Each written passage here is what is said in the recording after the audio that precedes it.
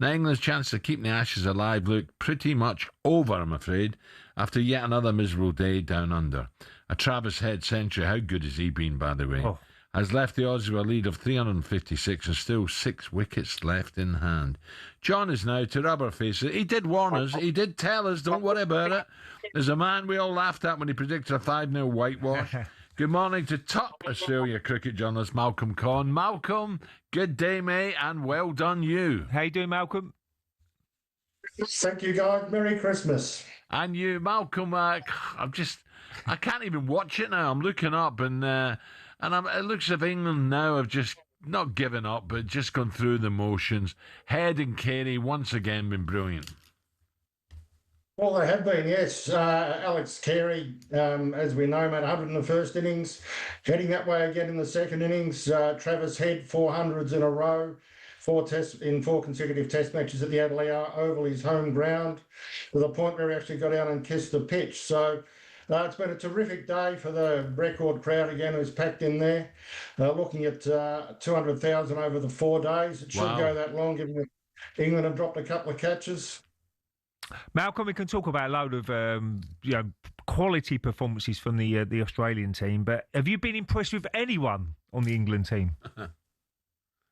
Well, Jofra Archer's turned up in this test match, so he's been all right the last few days. He bowled well, got 5 wickets, made 50, which was rather embarrassing for everybody batting above number 10, with the exception of Stokes perhaps. But look, they were terrific in Perth on that first day. I don't know what's happened. I just think that it all fell apart after they got in that winning position in Perth early in the second day and chucked it away, and they just sort of thought, well, we've given it our best shot and that's the best we can do. So it's really disappointing from the way they started. And you got blokes sort of, the Australians bowling can sort of hit a handkerchief and Cast can't hit a tart. So Malcolm, after this one, the 2 remaining, Sydney and then Melbourne. I've got some friends going to Sydney.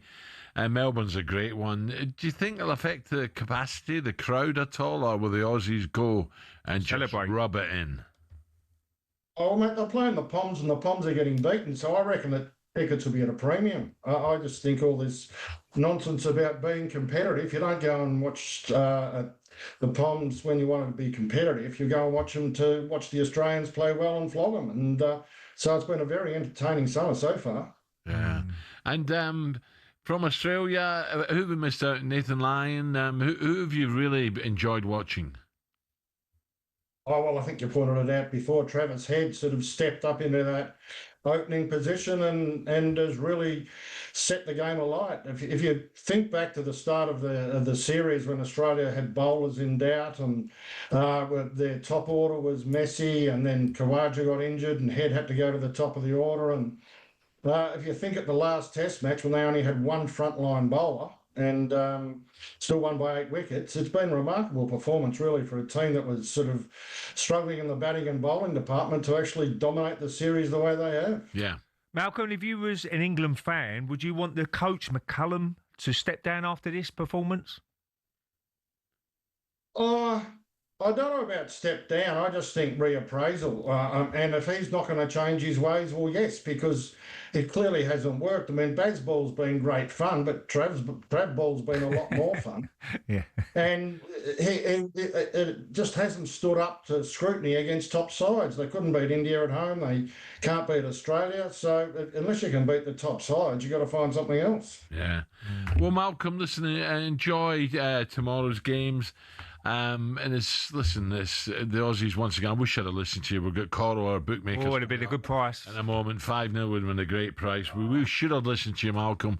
And Malcolm, let me just pass on with Christmas coming as well. Our deep regrets what happened at Bondi. It's sickened the whole world and it's sickened us over here. So, Malcolm, great to talk. Enjoy the rest of the cricket. Thank you. 5-0, Ray, eh? Well, unbelievable. I mean, he's right what Malcolm just said there. I mean, that first day, I was sitting here with Adrian Durham, sitting in your seat, Al, now, during the morning. And do you know what? The whole of the show was, let's go back to Johnny Norman. another wicket, another wicket, another wicket. There was 18, 19 wickets in our 4 hours. It's unbelievable. And you thought, well, they've blown it when they got I think they got about 100 and something, 50, 60, 170, something like that.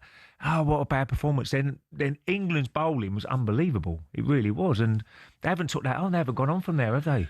Ray, they haven't. That was the opportunity. Listen, it's not easy over there. Of course it's different. It's boiling hot, but I feel sorry for Ben Stokes talking about the has-beens. He shouldn't have said that, and he'll regret that now. But he's fought. He's a fighter, isn't he? Yeah. And he's done his bit, but unfortunately, too many of his teammates have let him down.